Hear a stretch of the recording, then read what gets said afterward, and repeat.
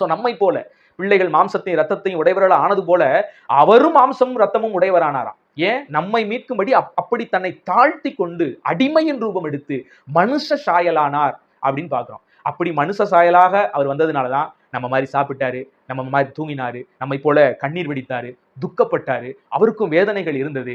எல்லா விஷயமும் நம்மை போல சோதிக்கப்படுகிறவர்களுக்கு அவர் உதவி செய்யும்படியாக நம்மை போல எல்லாவற்றிலும் அவர் மாறினாராம். வசனம் அப்படி சொல்லுது. எவ்வளவு கடவுளுடைய அன்பு பாருங்களேன்.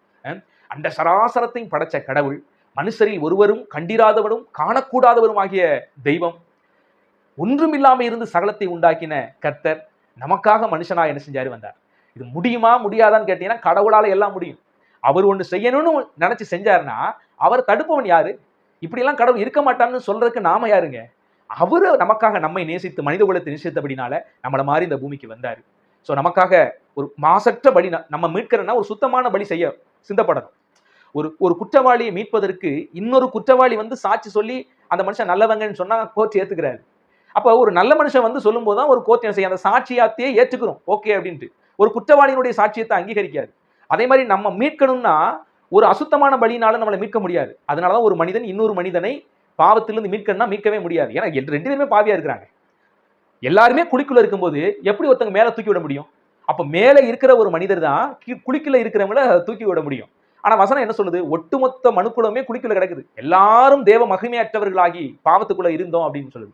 அப்ப மேல இருக்கிறவர் யார்? அந்த மேலானவர் தான் மேல இருந்து நம்ம மேல அன்பு வச்சு நம்மளை மேல இருந்து தூக்கி எடுக்கும்படியாக அவர் என்ன செஞ்சாரு?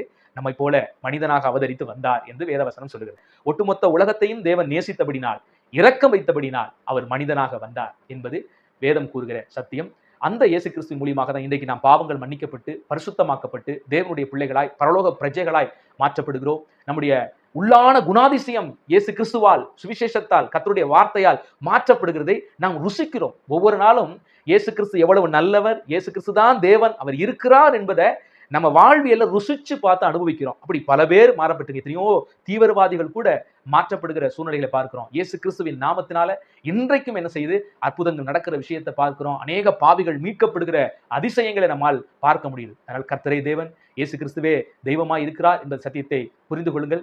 ஏன் அவர் பிதா என்னிலும் பெரியவராய் இருக்கிறார் என்று சொன்னார்னா, அவர் அப்போது மாம்சத்தில் இருந்தார், அடிமையின் ரூபம் எடுத்து வந்திருந்தார், தன்னை தாழ்த்தினவராக இருந்தார். அதனால் அப்படிப்பட்ட வார்த்தைகளை இயேசு கிறிஸ்து என்ன செய்கிறார்? சொல்கிறார். யாராவது இப்படி வந்து உங்களை குழப்பணும்னு சொல்லிட்டு இப்படிலாம் சில வார்த்தைகளை சொல்லும் பொழுது ரொம்ப கவனமா இருங்க. அது சாத்தானுடைய ஒரு வஞ்சகாவி.